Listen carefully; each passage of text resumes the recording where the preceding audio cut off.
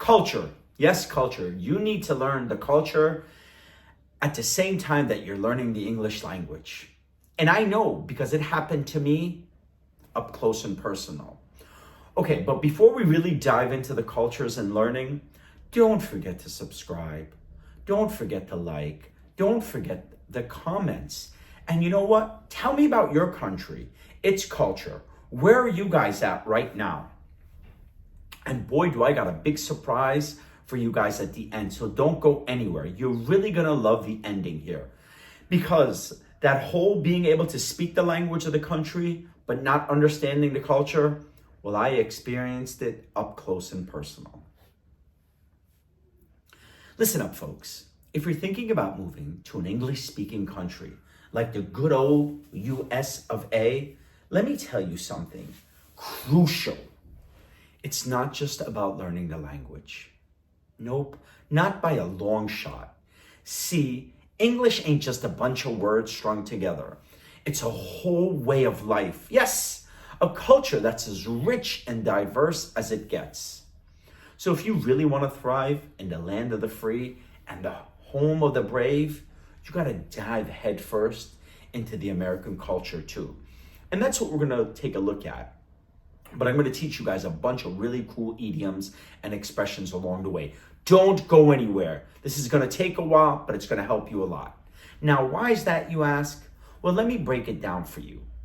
See, American culture ain't just about what you see in the movies or hear in the musics they play and stuff, though that's definitely a part of it.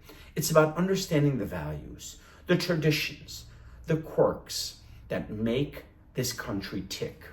From the hustle and bustle of New York to the laid-back vibes of the West Coast, each region got its own flavor, its own way of doing things.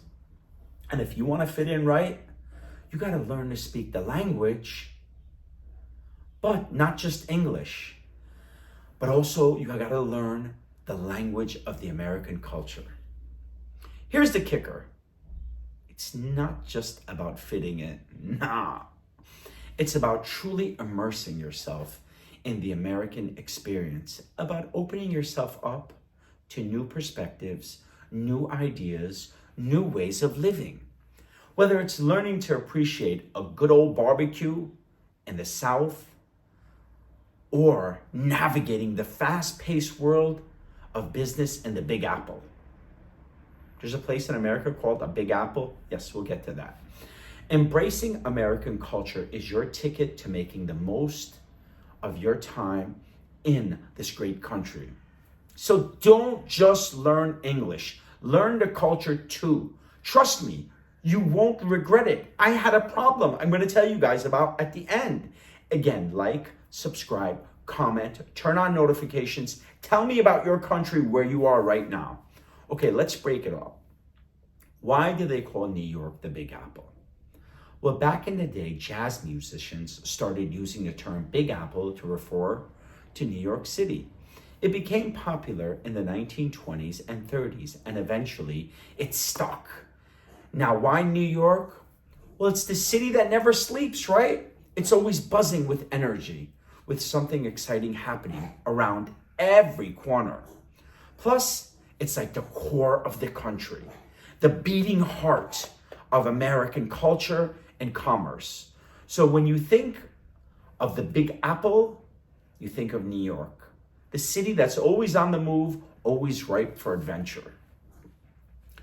Now let's talk about those expressions and idioms I threw in there. When I said hustle and bustle, I meant the fast pace, frantic energy of the city's life. It's all about working hard, making moves, getting things done. And when I mentioned laid-back vibes, I was talking about the relaxed, easygoing attitude of places like the West Coast, where life moves at a slower pace, and folks take the time to enjoy the little things. As for the land of the free and the home of the brave, well, that's just good old-fashioned American patriotism right there. A reminder of values and ideals that this country was built on. You ready for our trip? You got your ticket booked? You're at the airport? Okay, let's start off with this. Picture this. You're standing on the edge of the East Coast, where the bustling city of New York lies, with its skyscrapers reaching for the sky, its streets buzzing with energy. It's like stepping into a whirlwind of activity and ambition, where everyone's in a rush to make it big and hustle their way to success. You can feel the pulse of the city, the rhythm of life that never seems to slow down. New York is always going a million miles a minute. But now, remember, we're traveling. So let's go down. Shift your gaze down south to the charming region known for its southern hospitality and laid-back vibes. Here, life moves at a different pace, where folks take time to savor the simple pleasures and enjoy the company of friends and family. It's a place where sweet tea flows freely and the air is filled with the scent of magnolia blossoms. The southern charm is all about warmth, kindness, and taking things easy. But from the south, we're going to the west. Let's not forget about the West Coast, where Pacific waves crash against rugged cliffs and the sunset, the sunset. The sunset paints the sky in hues of pink and gold. It's a land of natural wonders, from towering redwoods to sprawling deserts, where adventure awaits around every corner. You see, here, the vibe is all about creativity, innovation, embracing the chill vibes of the coastal living. It's a place where dreams are truly pursued with passion and where the freedom to be yourself reigns supreme. Yes, in California, they say, hey, just be yourself. So you see, each corner of this vast country has its own unique flavor, its own rhythm and vibe that sets it apart, whether you're drawn to the fast-paced excitement of the East Coast, the laid-back charm of the South, or the creative energy of the West Coast. There's something here for everyone. And that's what makes this country so special. Its diversity, its richness, and its endless possibilities. Now remember, subscribe, stay with me. Again, I got a big surprise for you guys. What could the surprise be? I'm going to tell you, it's really, really cool.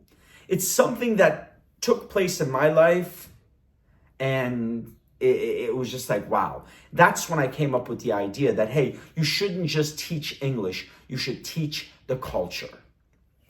Let's go back.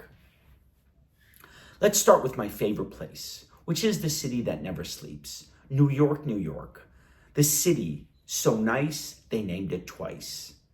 They say it's the city that never sleeps because it's open 24 hours a day and 7 days a week.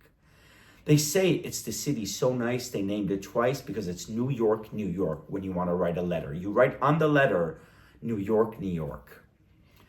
In the heart of the city that never sleeps, where towering skyscrapers kiss the sky, the place is just unbelievable. The culture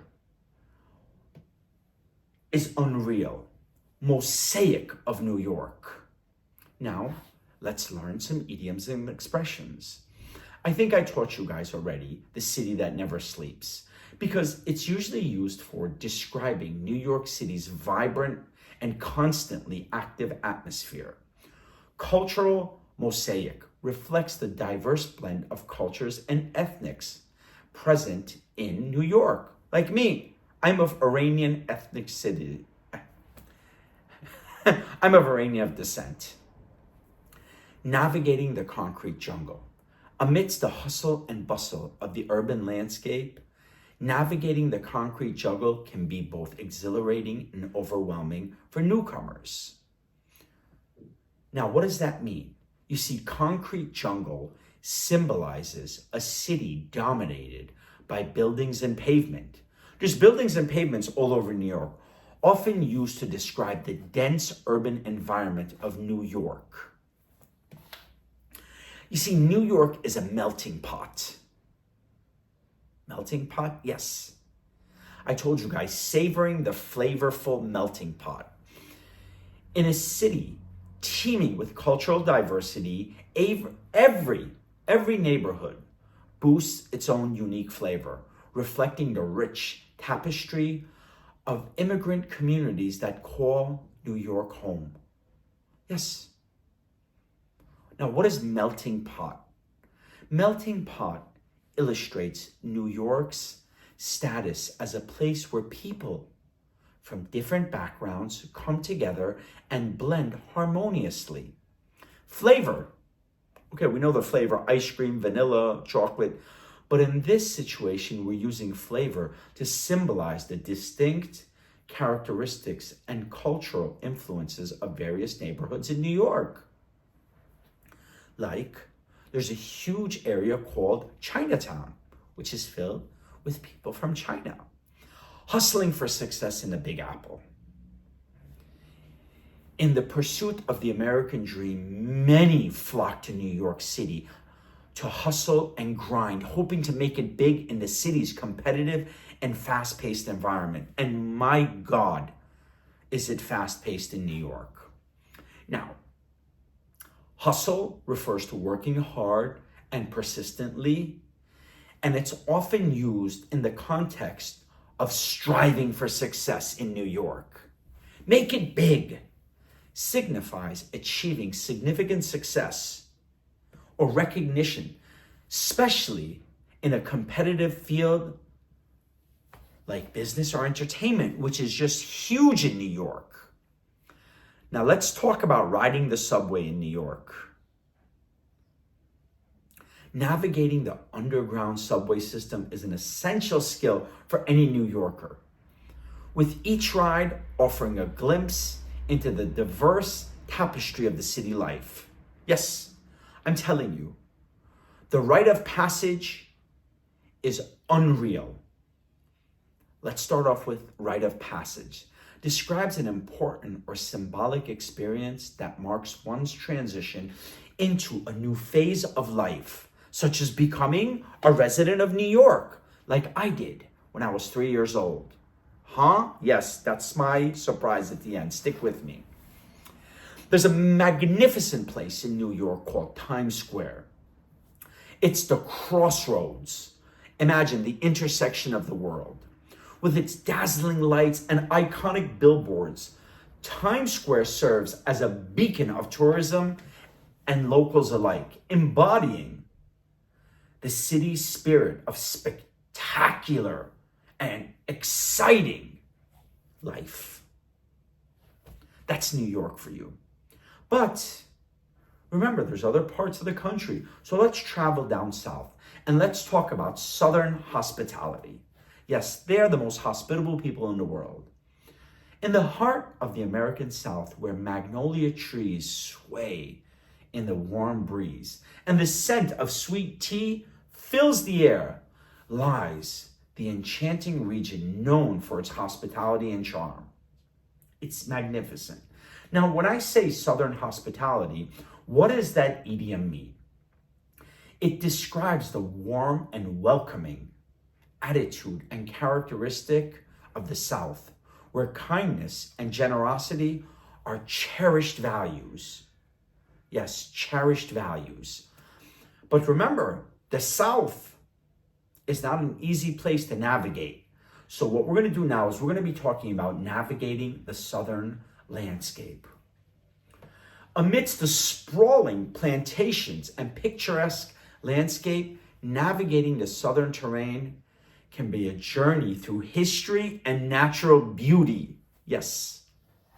Now, what did I mean by sprawling plantations? Sprawling plantations represents the vast estates and agricultural land that dot the southern countryside, often associated with the region's history. Yes, magnificent history of plantation culture. It's unbelievable. Here's something you have to do. If you go down south, you must savor the flavorful Southern cuisine. My God, the food down south is to die for.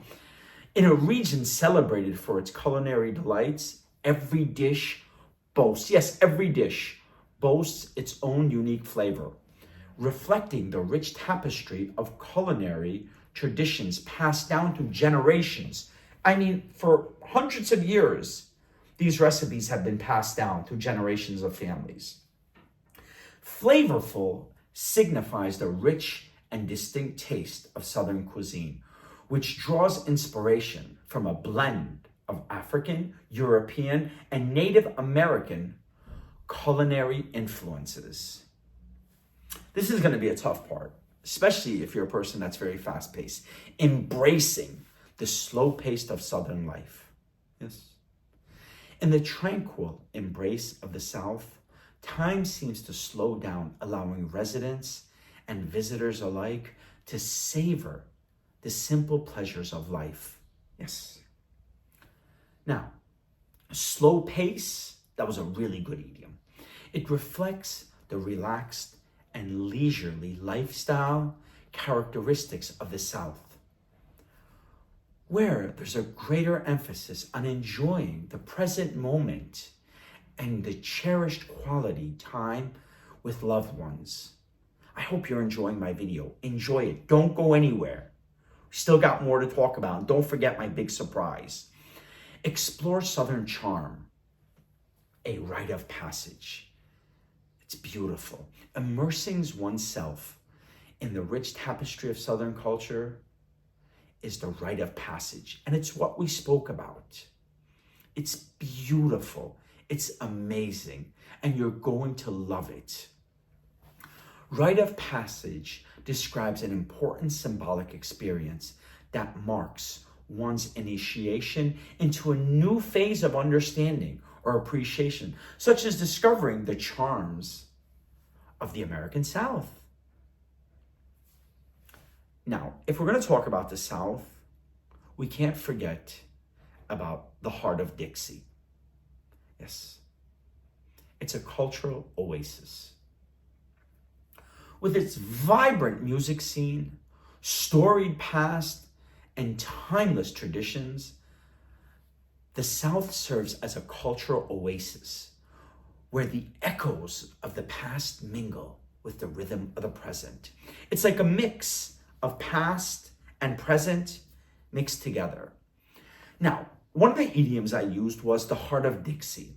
This idiom symbolizes the culture and the historical significance of the South, often associated with the region's role in shaping American identity and heritage. Well, we have to say goodbye to the South. Farewell to Southern splendor.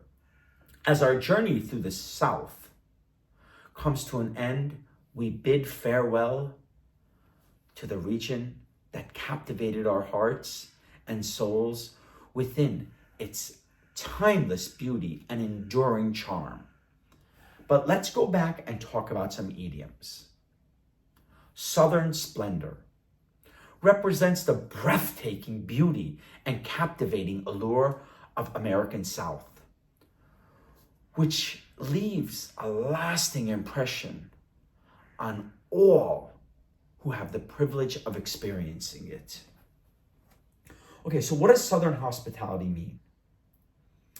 Warm, welcoming demeanor, which is very, very important in the South, and everybody loves it. We talked about many different things. And let me tell you something, down south is amazing. But I'm going to tell you guys a part of my secret or my surprise now. You see, though my mother tongue, my L1, is American English, my ancestors are Iranian. I'm of Iranian descent. Yes. When I was 3 years old, my grandmother took me to America, where I lived for 40 years. And then I went back to Iran at the age of 43. And I could kind of speak Farsi, which is the Persian language, but I didn't know the culture. You can't imagine how difficult it was. Don't go anywhere. That's my surprise. I'm going to tell you how difficult it was to learn a new culture at the age of 43, but you can do it. But let's go back. We're down south. Now let's go to the West Coast. A journey through the Pacific paradise. On the majestic shores of the West Coast, where the Pacific waves, like I told you, crash against rugged cliffs, and the sun sets in a blaze of colors, lies the captivating region known for its laid-back vibes and breathtaking scenery.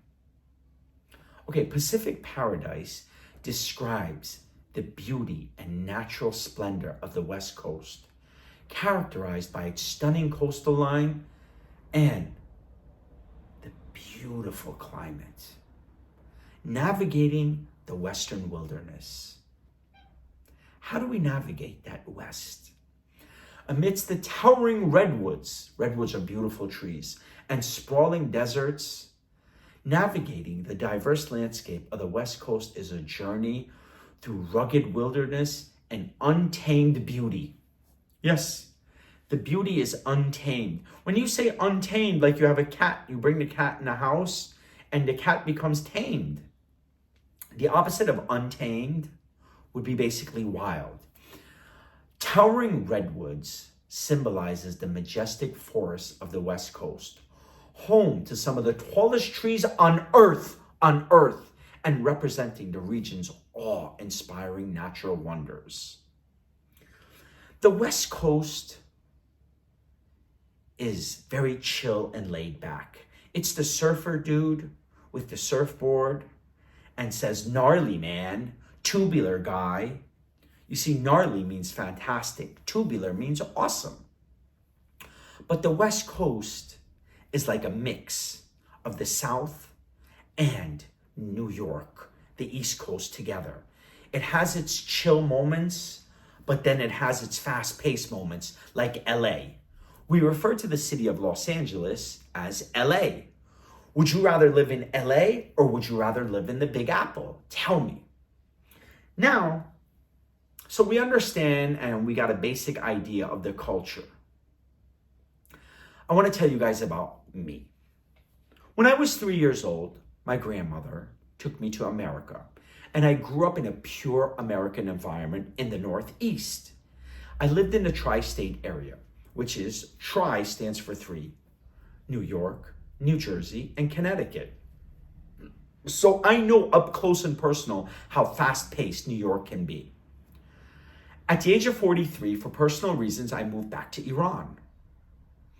Remember, New York is everybody's moving. If they bump into you, it's not, excuse me, it's not a big deal. Iran, we have many magnificent traditions and culture which I didn't understand. I'll tell you one culture.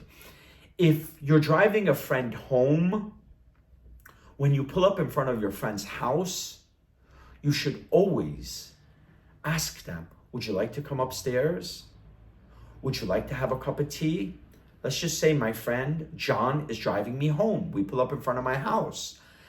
It's a tradition for me to ask John to come upstairs for a cup of tea, no matter what time it is. Yes, it could be 4 o'clock in the morning and you're coming home from a party.